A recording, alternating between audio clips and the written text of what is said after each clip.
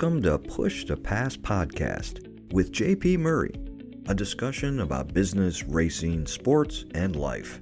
This podcast delivers insights on what makes businesses, teams, and people successful based on real-life business experiences. Following a career with America's largest associations, JP Murray founded the Murray Company, one of Washington, D.C.'s most successful consulting firms.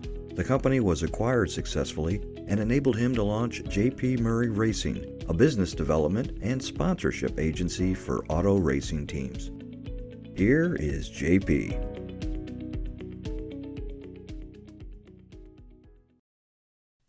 Hey, welcome to episode 51. Where do nice guys and gals finish? Hey, there may be times during your career where you might get feedback, receive criticism, or advice, while well-intentioned, could be against core values that you have. This doesn't mean necessarily that they want you to do something illegal. That's not the recommendation. It's just not in your DNA. Not long ago, an executive provided me some feedback. I'll paraphrase how I took it. You're too nice. You don't push the prospect hard enough, wasting time with people and companies that don't buy. At this point in my career, I really don't take criticism very well. I probably never did, but especially without being aware of the background and the context and, frankly, the years and decades that I've been working on it. I just don't, frankly, take feedback like I used to, especially critical feedback. I spent years doing the work of business development and sold a profitable company that made its money selling business to business. So excuse me if I'm a little defensive, but this is coming from someone that's not been in the space that long. So here's some sales feedback that I have for you. But it's not critical. I hope it's constructive and helpful. At times you're going to get advice to be more authoritative or have a take it or leave it attitude. You should reflect, consider, and see what might be improved in your current work always, because the client, frankly, may not be satisfied and wants you to change. But I also advise that you remain authentic to your true self, because that is all you have. If your natural position is more confrontational, then be that person. If it comes with the flow, then certainly continue to do it that way. But some people actually can do it and succeed with a confrontational attitude and a take it or leave it kind of perspective.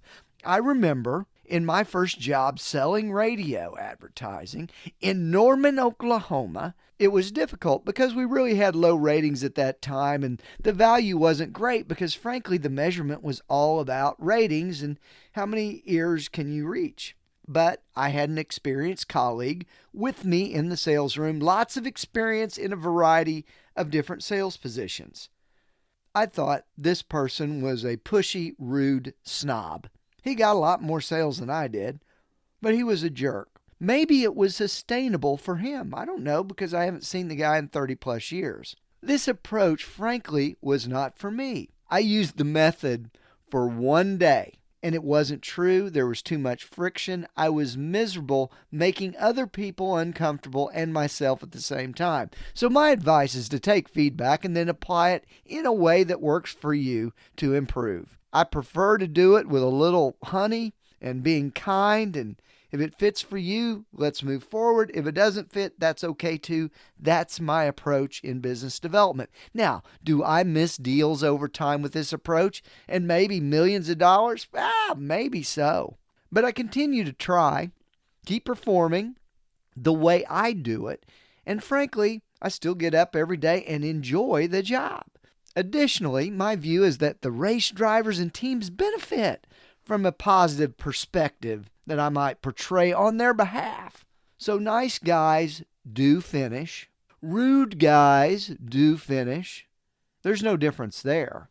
But at the end of the career, can you look at yourself in the mirror and say, I did my job in an authentic way, with empathy, with integrity, maybe a smile on my face, and was willing to let the chips fall where they may.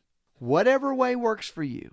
But that is much more sustainable than faking your way through it or presenting yourself in a way that is not true to yourself.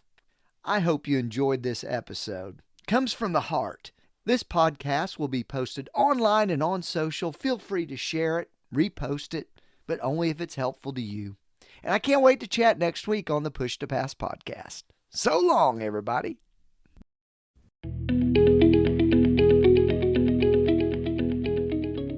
Thank you for listening to the Push to Pass podcast with JP Murray, a discussion about business, racing, sports, and life.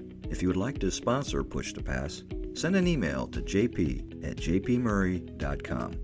Follow JP on Twitter, LinkedIn, Facebook, and YouTube. His website is jpmurray.com. Until next time, push yourself to pass the competition. Thanks for listening.